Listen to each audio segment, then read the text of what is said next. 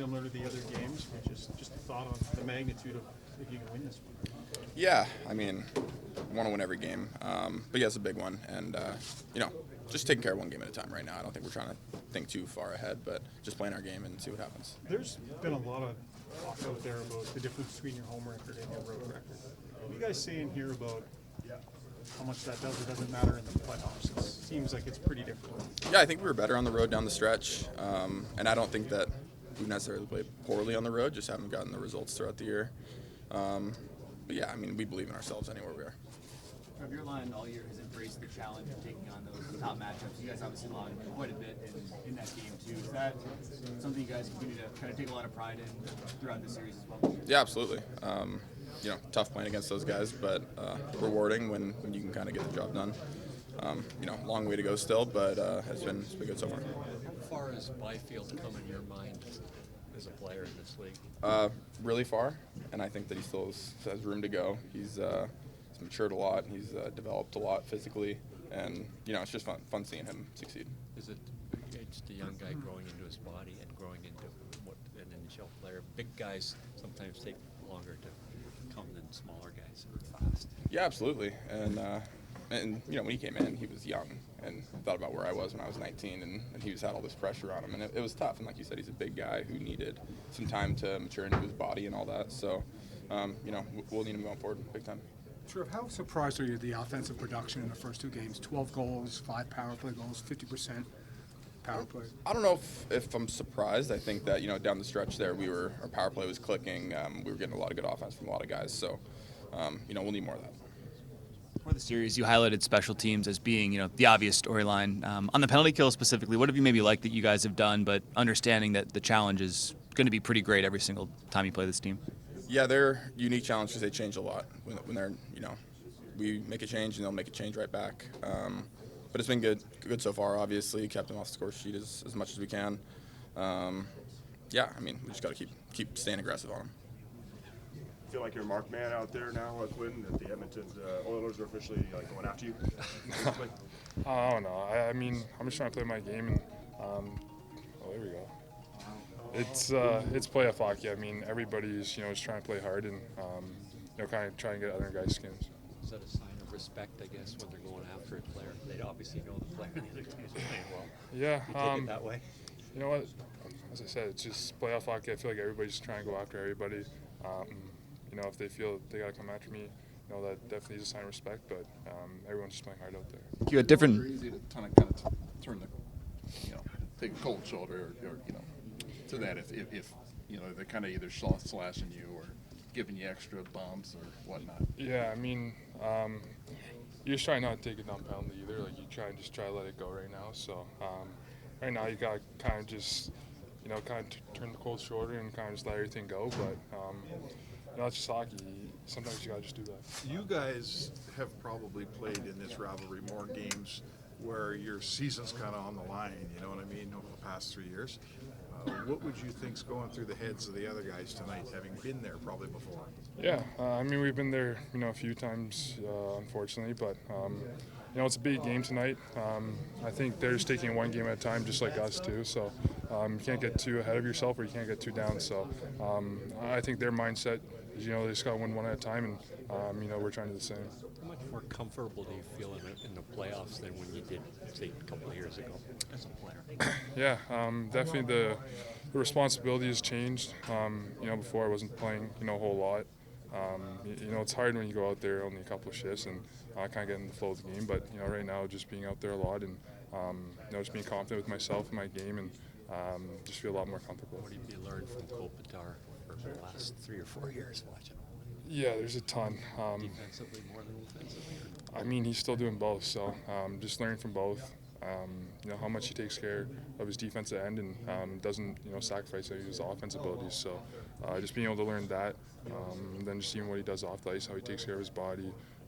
He's showing up early, getting things done. So there's a lot I've learned from him. And the way he navigates his way around the ice, is that something as a young player to see him? He's not going out of position, I guess. Yeah, he controls the game when he's out there. It's his speed. He's always kind of the guy setting the tone out there. So it's a different way of playing.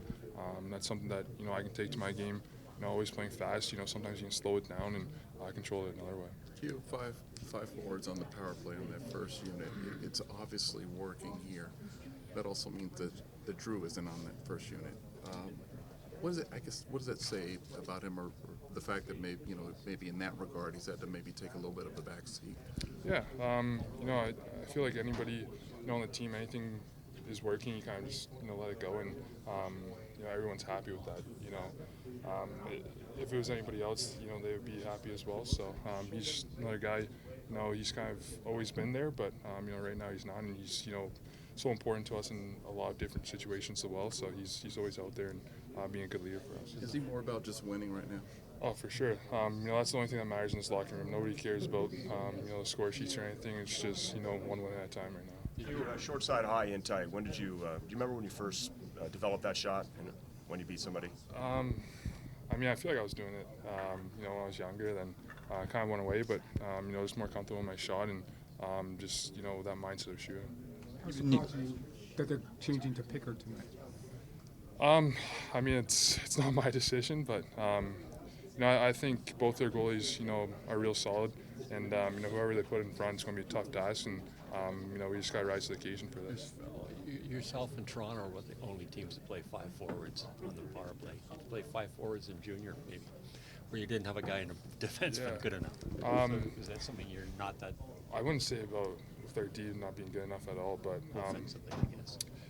In junior hockey, we actually did 5 forwards in Sudbury, and I was the guy at the top. So, I feel like it's a different strategy, and it just allows us to be a little bit more offensive out there. But yeah.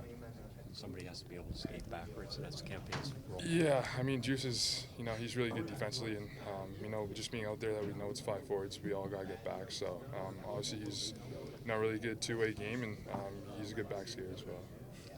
11-7. You guys have obviously done it plenty this year.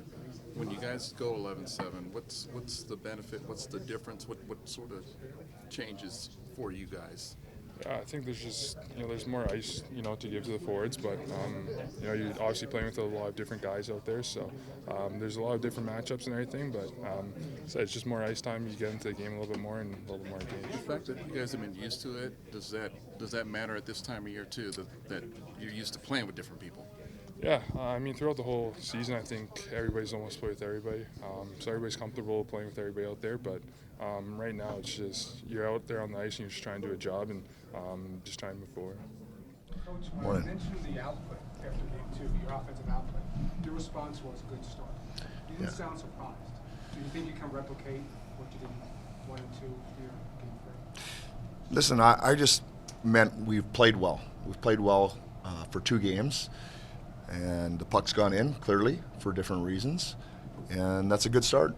So I'm just worried about playing well. There's a lot of things within the game that you cannot control. Playing well is usually one of them, and then you got to take what happens after that.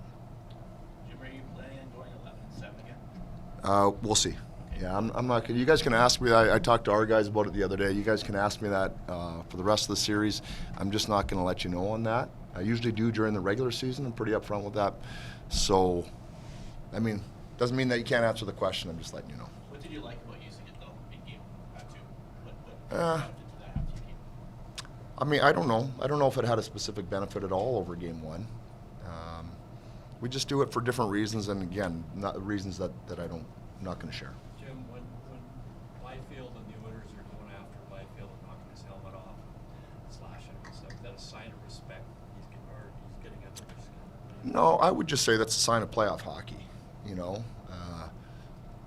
I'm sure it's not just Byfield, and I'm sure some of their guys would be complaining that we're bumping into them. So I just think it's playoff hockey. Both teams playing hard, and that happens sometimes. So I don't split that out into one player or a particular player on either side. How far has Byfield come from, say, 2 years ago when he's playing?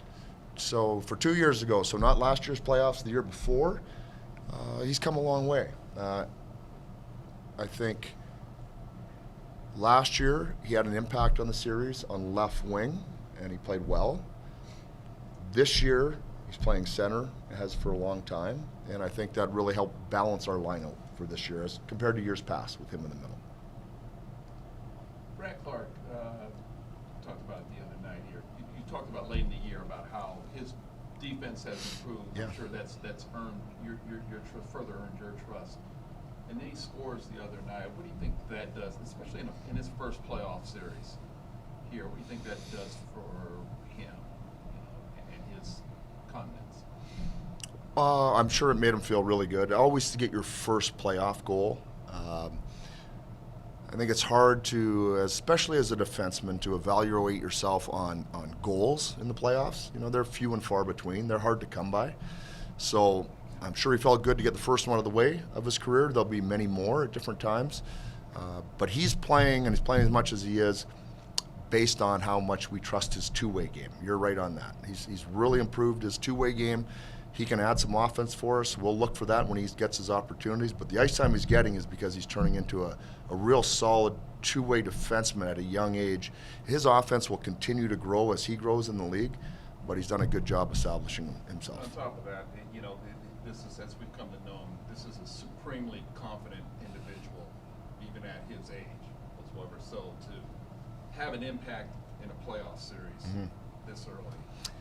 It's you know what, it's a great quality to have, you know, and at times that's more managing from the coaching staff, but I would tell you this: you have somebody that has full belief in themselves, you're happy to manage that, because this league will tear you down in a hurry. It's hard out there.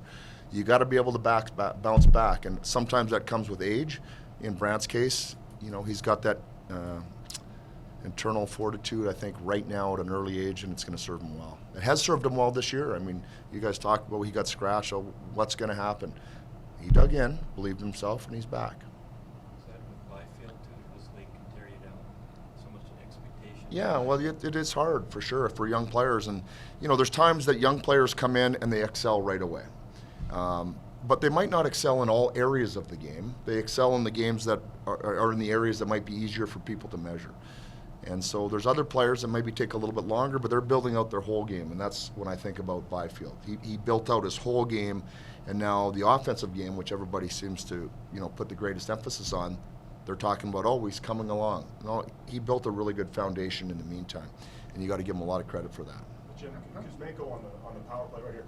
Kuzmenko on the power play behind the goal line. Right? Why is he so effective down there? How's that changed the power play? Yeah, I mean, you know, most teams have somebody at the goal line, and he's a good player there. But if you really go back at Kuzi's history in Russia, he played behind the net. Sorry, you take it back to the Gretzky days. He actually played, and I've never seen anything like it. I watched a lot of video on him when he was making the decision to leave Russia and come to North America. And he actually ran that power play from behind the net, set up behind the net so he could go left and right. And I was thinking, I don't know how well that's going to translate into the NHL, because nobody really runs a power play from behind the net anymore. So it's not that he's running it from behind the net, but we do see him moving east-west pretty quickly. And I think all those reps that he did there in Russia has prepared him just to be good underneath the goal line, not necessarily run it from under the goal line. Make sense? If you've seen it, he was really, really effective there. How much you consider He's quick, you know what I mean? He's quick. It's not deliberate. How much do you consider changing deployment now that you're on the road and you have the benefit of the last match? Yeah, I mean, we're just not going to try to overthink too much. We liked how we're playing. I think we've talked about, you know, different times. Gabby, Mikey, Eddie, Drew, for those that don't know, our four top defensemen at least, have matched up as the matchup B. The three lines have matched up. So we're pretty comfortable with that, and we're just not going to race all over the ice, you know, trying to chase players around. It took maybe 60 games to find that line, you know, alignment that you guys have now. How much does that maybe benefit you now on the road, where you might have to change things up or do different things with matchups, and they're kind of used to it because you've done it all year? Yeah, that's right. I think, you know, it's once we got Kuzi and put him with Kopi, and you know, that's kind of solidified our 12, and we're pretty consistent after that. But yeah, I mean, our guys are pretty comfortable. We've played, and people will ask if they haven't already, we played 10 forwards for the most part the other night. So we'll just do what we think we have to do to win the game. The team was much better down the stretch on the road after kind of struggling away from home most of the year. What do you like about where the team has gotten to late in the season on the road?